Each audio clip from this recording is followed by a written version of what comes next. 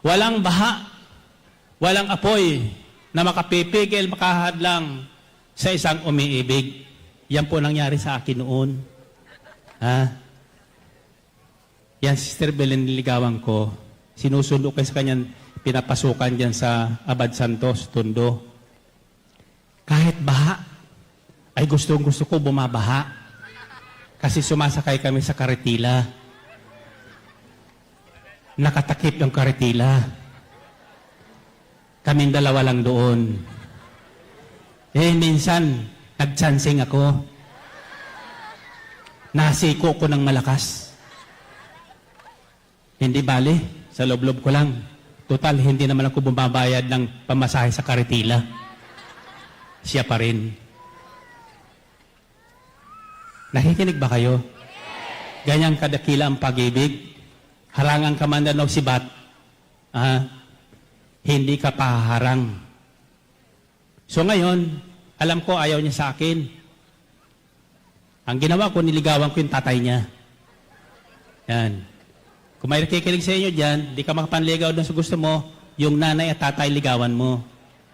So yung tatay niya niligawan ko, nilasing ko ng syoktong. Yan. So dahil sa isang syoktong, nagkasundo kami. Sabi niya sa akin, sige, kung hindi ka gusto ng anak ko, ako ang manliligaw sa kanya, bigay ko sa iyo. Pangako niya sa akin. So, ligaw siya ng ligaw, ayaw talaga sa akin. Naglasing na naman kami. Sabi ko, abay, nakasandusinan akong syuktong. Anong sabi ng anak mo? Sabi niya, mukhang ayaw talaga sa iyo. Kako, paano ngayon yan? Huwag ka mag-alala. Buhay ko man, iaalay ko. Makumbinsi ko lang siya. Kinabukasan, inatake sa puso. Tatayin niya. Namatay. Tapos tinawagan ako sa opisina ko, Sir Tessa, Sister Belen. Punta ka niya dito. Kako, bakit? Tatay ko namatay. Kako, bakit namatay? Nilasing mo. Yan. So akong sinisin niya. Sabi ko, hindi. Namatayan. Sa sama ng loob. Kanino? Kako sa'yo. Bakit? Kasi hindi mo ko sinasagot. So anyway, sabi niya, palibing mo yan. So sinamahan ko sa palibing. Nung nililibing na hinuhulog na doon sa butas, sabi ko sa kanya, tandaan mo ito, 12 syoktong ang binigay ko sa'yo.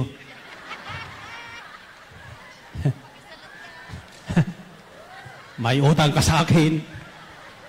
Kumbinsihin mga anak mo, kahit patay ka na. Ayan. Patapos ng libing, hindi na ako dumalaw sa kanya. Kasi wala akong kakampi. Baka masampal na ako dun eh. Wala ng tatay niya, hindi na ako dumalaw. Isip ko na lang, sabi ko, matinong kausap yun eh, tatay niya. Kahit napatay na yon, may magagawa yun. Pakaraan ng 2 linggo, biglang dumalaw sa akin si Belen. Oo. Dumalaw siya ngayon. Hallelujah.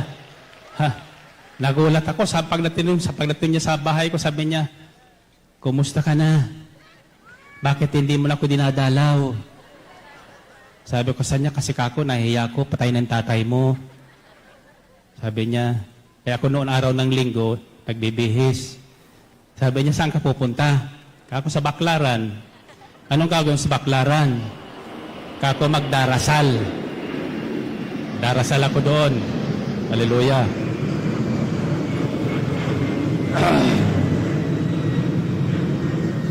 Ngayon, ang sabi niya sa akin, pwede bang sumama sa'yo? Kako, okay. Sama. Noong papunta na kami sa Baklaran, sabi ko ba, mukhang kumilos yung tatay nito. Hallelujah. Kaya wag kayo nagbibiro niya sa patay. Panindigan talaga yan. So, nasa Baklaran na kami. Pagkatapos ng misa, kain kami dyan sa restaurant. Sabi ko, kain tayo sa restaurant. Sabi niya sa akin, sino magbabayad? Sabi ko, hati tayo. Ayan. Ang sabi niya sa akin, wag na. Nakakayasay ako ng babayad. Ako nang pakipot. Sabi ko, hindi, may pira ako ngayon. Sabi niya, hindi, ako magbabayad ngayon. Kako, sige, ikaw na magbayad. Nung kumakain na kami, tinitingnan ko siya, maluha-luha. Sabi ko, bakit kaya? Sabi ko, ba't ka umiiyak? Naalala mo ang tatay mo? Ubahal mo na ako. Ang sabi niya sa akin, may sili yata ako nakagat. Purihan ng Panginoon. Purihan ng Diyos. Hallelujah. Akala ko, bahala ko, may sili palang nakain. Well, anyway, ang sabi ko sa kanya, pakasal na tayo. Hindi na ako nanligaw. Hindi ko tinanong siya kung mahal niya ako. Baka sagot sa akin, hindi eh. Sabi ko, kung ito'y talang kinausap na tatay niya, papayag itong pakasal sa akin. Sabi ko, pakasal na tayo. Ang sagot niya sa akin, saan? Hallelujah. Saan? Sabi ko sa kanya, kahit saan. Sabi, hindi pwede, kailan sa simbahan. Kako, sige, doon na lang sa San Roque, sa Blumentritt. Kaya kinasal kami na sa Blumentritt. Bakit sa Blumentritt? Kasi yung bahay niya sa San Roque, isang sakay lang sa jeep. So ngayon, kinasal kami. Total Valentine's, bibulgar ko na sa inyo. Ang kinuha niyang ninang, yung may-ari ng jeep. Kapit-bahay nila, may-ari ng jeep. Sabi ko sa kanya, ba't yung kinuha mo? Para may sasakyan tayo. Kaya kami, kinasal, nasa jeep. Ayan, dyan San Roque. Baha pa noon. Baha pa noon. Ngayon, hindi, kinakasal na kami. Sabi ng pare, sino unang tinatanong, lalaki, babae? Lalaki, ano? Lalaki, ano?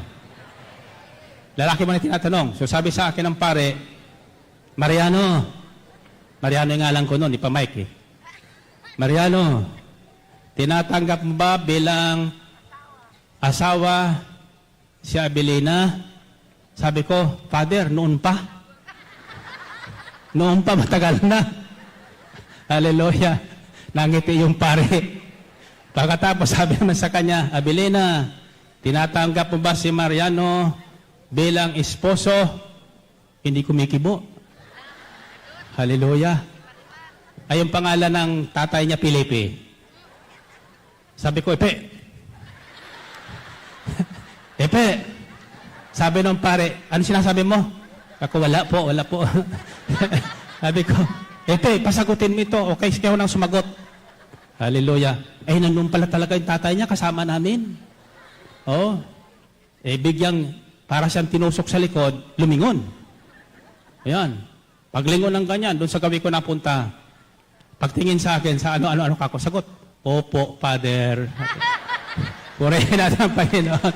Purihin ang Diyos. Hallelujah. Oh, yan ang istorya ng pag-ibig. Yeah. Sabi ko nga kanina, where do I begin to tell the story about Sister Belen?